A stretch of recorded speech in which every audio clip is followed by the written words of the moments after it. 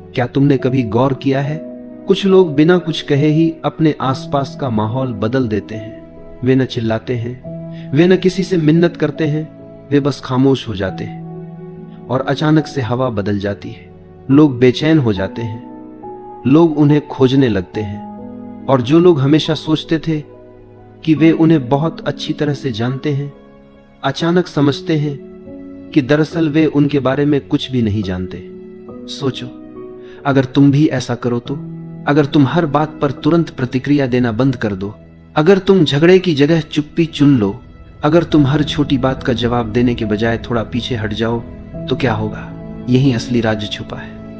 जब तुम हर समय उपलब्ध रहना छोड़ देते हो, भावनाओं में, शब्दों में, शरीर और मन दोनों से, तो लोगों के हाथ से तुम्हें नियंत्रित करने का साधन निकल जाता है, क्योंकि वे तुम्हें हमेशा तुम्हारी प्रतिक्रिया से पकड़ते आए हैं। कभी तुम्हारे गुस्से से, कभी तुम्हारी जल्दी जल्दी हां कह देने की आदत से, कभी तुम्हारे डर से।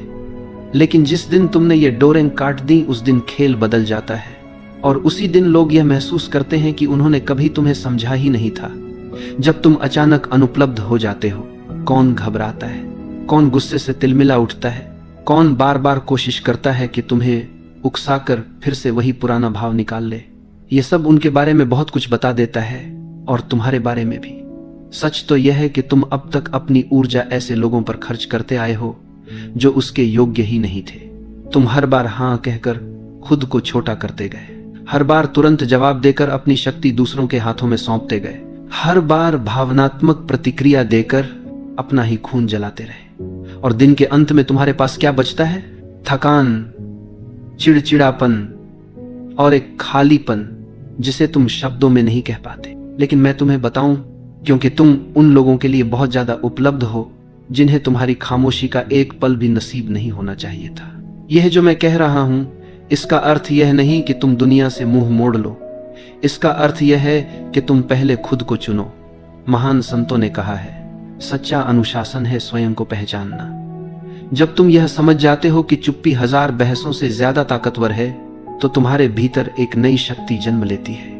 जब तुम पीछे हटते हो, भागने के लिए नहीं बल्कि होश में आने के लिए, तो वह पीछे हटना एक तपस्या बन जाता है। तो अब मैं तुमसे पूछता हूं, कब तक तुम दूसरों की भावनाओं से बंधे रहोगे? कब तक हर बार कठपुतली की तरह नाचते रहोगे जब कोई तुम्हारे घाव पर हाथ रख दे?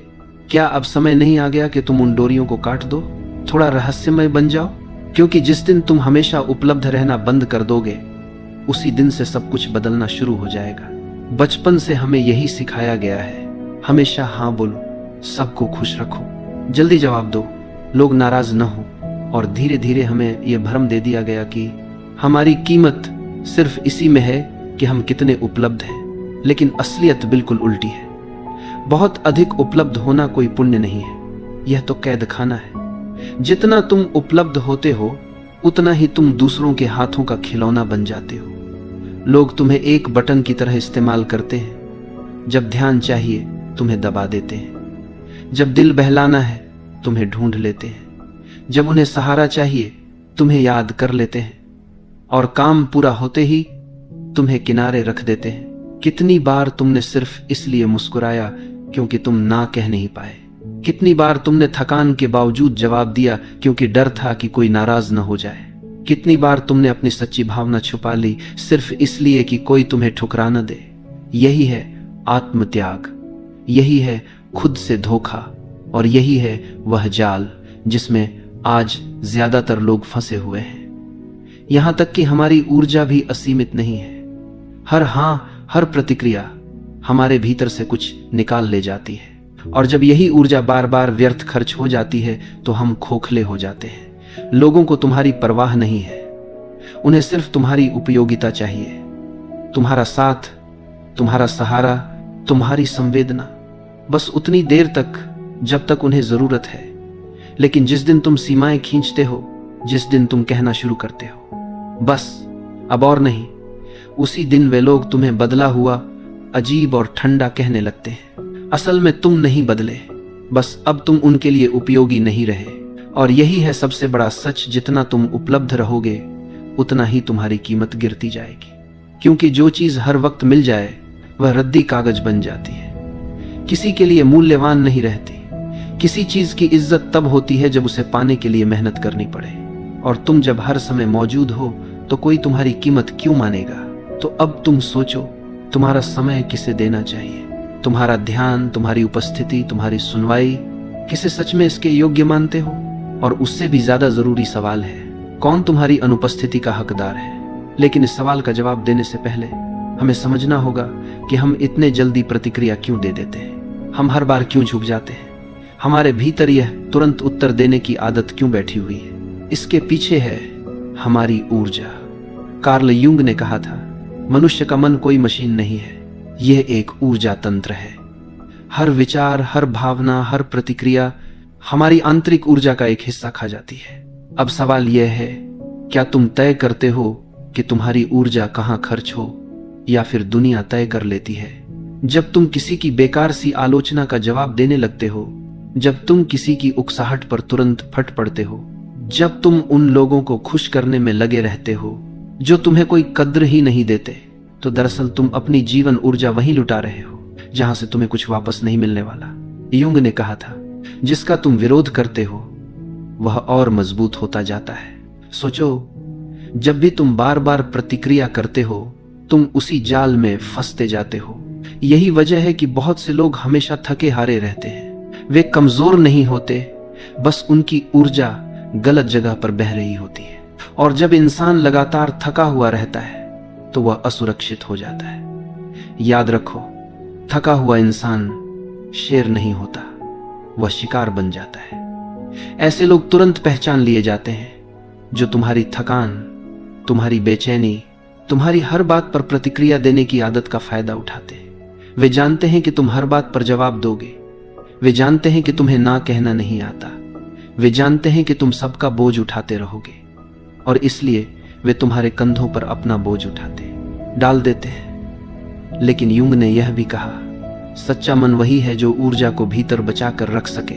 इसका मतलब है, न कहना सीखो बिना अपराध बोध के, चुप रहना सीखो बिना डर के, देखना सीखो प्रतिक्रिया देने से पहले, क्योंकि असली ताकत प्रतिक्रिया में नहीं है, बल्कि सही समय पर सही कदम उठाने में है। कितनी बार तुम पूरी रात सो नहीं पाए किसी अधूरी बातचीत को सोचते हुए? कितनी बार तुम घंटों यह सोचते रहे, मुझे क्या कहना चाहिए था, उसने ऐसा क्यों कहा, मैंने जवाब क्यों नहीं दिया? यह सब ऊर्जा का रिसाव है। तुम बीते हुए साये को जिंदा रखते हो और वही तुम्हें खींचते रहते हैं। ऊर्जा एक ढाल है, जब तुम इसे बचाते हो तो तुम्हारी उपस्थिति अपने आप सम्मान खींचती है।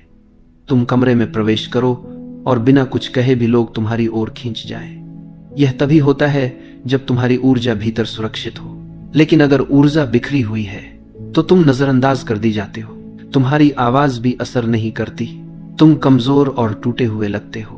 तो जरा देखना शुरू करो, कौन सी बातें तुम्हें तुरंत उकसा देती हैं, कौन से शब्द तुम्हें अपना धैर्य खोने पर मजबूर करते हैं, कौन से हालात तुम्हें बार बार खींचकर पुराने पैटर्न में डाल देते हैं। यही तुम्हारे सबसे बड़े छेद हैं। यहीं से तुम्हारी ऊर्जा बाहर निकलती है। और अगर तुम इन बिंदुओं को पहचान लोगे तो धीरे धीरे अपनी शक्ति वापस पालोगे। लेकिन ध्यान रहे, इसका मतलब यह नहीं कि तुम पत्थर बन जाओ। इसका मतलब है कि तुम सजग बनो, ना ठंडे न बेमायने, बल्कि सचेत और अपने स्वामी।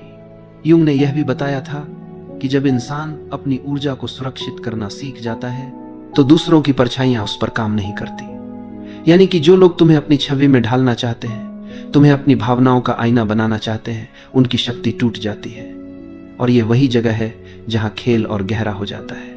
जो लोग हमेशा तुम्हारी दयालुता का फायदा उठाते हैं, जो लोग हमेशा तुम्हारे सहारे खड़े रहना चाहते हैं, जो लोग तुम्हारे शांत होने से डर जाते हैं, असल में वे तुम्हारी ऊर्जा से पलते हैं। जैसे कोई बेल किसी मजबूत पेड़ से लिपटकर जिंदा रहती है, और जिस दिन पेड़ झुकना बंद कर देता है उस दिन बेल सूखने लगती है। इसलिए अगली बार जब तुम किसी को ना कहो, जब तुम प्रतिक्रिया न दो, जब तुम चुप रह जाओ, तो समझ लो खेल बदल रहा है। तुम्हारी अनुपलब्धता उनके लिए संकट है, और यह संकट उन्हें अपने भीतर झांकने पर मजबूर करता है। तुम्हारी चुप रहना कोई कमजोरी नहीं है, यह तुम्हारी आत्मा की शक्ति है।